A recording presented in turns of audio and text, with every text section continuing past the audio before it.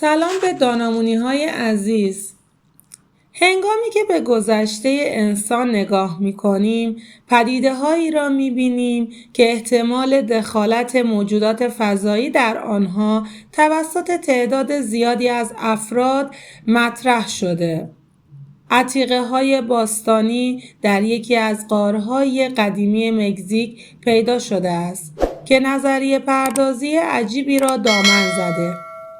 این اشیاء عتیقه 7000 سال قدمت دارد و برخی از آن موجوداتی شبیه به فرازمینی‌ها را نشان می‌دهد که دارای صورت‌هایی دراز و چشمانی گرد هستند. بعضی از کارشناسان بر این باورند که فرازمینی‌ها در زمانی با انسان‌ها زندگی می‌کردند و از زمینی‌ها شکست خوردند و به سیاره خود بازگشتند. به طور دقیق‌تر می‌توان گفت که نظریه‌ای به نام تئوری فضانوردان باستانی وجود دارد که بر اساس آن با تمدن‌های فرازمینی در ارتباط بوده و بیگانگانی از سیارات و کهکشان‌های دوردست به زمین آمده و در شکل دادن به تاریخ بشریت نقش بزرگی داشتند. سال پیش گروهی از دانشمندان انگلیسی سلولی را پیدا کردند که به وسیله یک بالون از فراز اتمسفر به زمین آمده بود.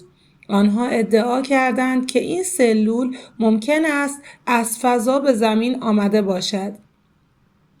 در حالی که نظریه پردازان تئوری فرازمینی‌ها این یافته را مدرکی قاطع بر علاقات ما و فرازمینی‌ها می‌دانستند، به دنبال شواهد دیگری دست به کار شدند. اینها خطوط هیروگلیف هستند که مصریان باستان چندین هزار سال پیش آن را اختراع کردند. تصاویری شبیه به هلیکوپتر زیردریایی، قایق و هواپیمای جت.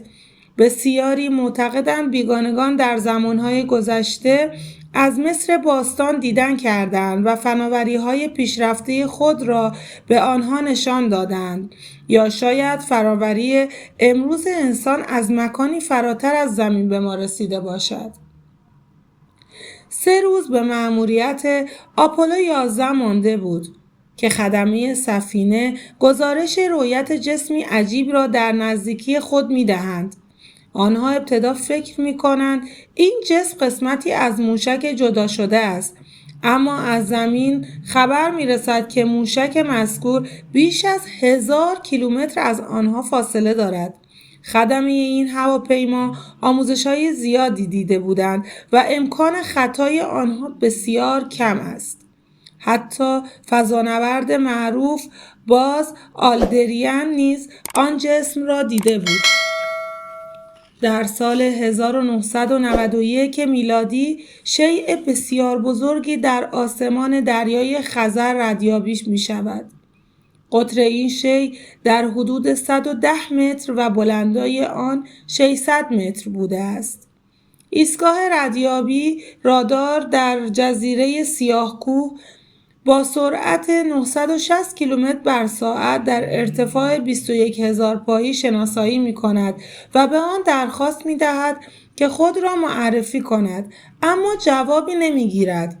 پس از آن 2 فروند جنگنده میگ 29 برای رهگیری شیء ناشناخته شلیک می کنند که ناگهان تمام سیستم‌های الکترونیکی به هم می‌ریزد و کنترل هواپیما با مشکل مواجه می‌شود.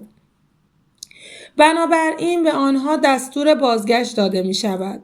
بعد از 45 دقیقه از مشاهده اولیه جسم از روی رادارها ناپدید می‌شود. ولی به سرعت اخباری مبنی بر اینکه ساکنان روستای اطراف سقوط جسم غول‌پیکری را بر کوه شیطان در تنگه‌های صخره‌ای به نام مقبره شیطان دیده‌اند به گوش می‌رسد. با توجه به خطرات ناشی از سقوط بهمن رفتن به آن مکان دشوار بود. بنابراین یک هلیکوپتر نظامی ارتش روسیه به آنجا پرواز می‌کند. که به دلیل نامشخصی سقوط کرده و تمامی خدمه آن کشته می شوند. پس از آن در بهار یک تیم شناسایی به محل حادثه فرستاده می شوند. تیم شناسایی در راه رسیدن به سفینه سقوط کرده با ناهنجاری‌های مغناطیسی در قطب نماها مواجه می شوند و تمام وسایل الکترونیکی آنها از کار می افتد. بعد از آن جسم سقوط کرده ناشناخته را می بینند، اما نمی توانند نزدیک بروند چون از فاصله 500 متری دچار سوختگی بر اثر پرتوهای رادیویی می شدند. افراد تیم شناسایی علائم سبز رنگ عجیبی را روی دم شیء ناشناخته می بینند و آن را نقاشی می کنند. پس به این نتیجه می رسیم که مهمانهایی از سیارات دیگه وجود داره.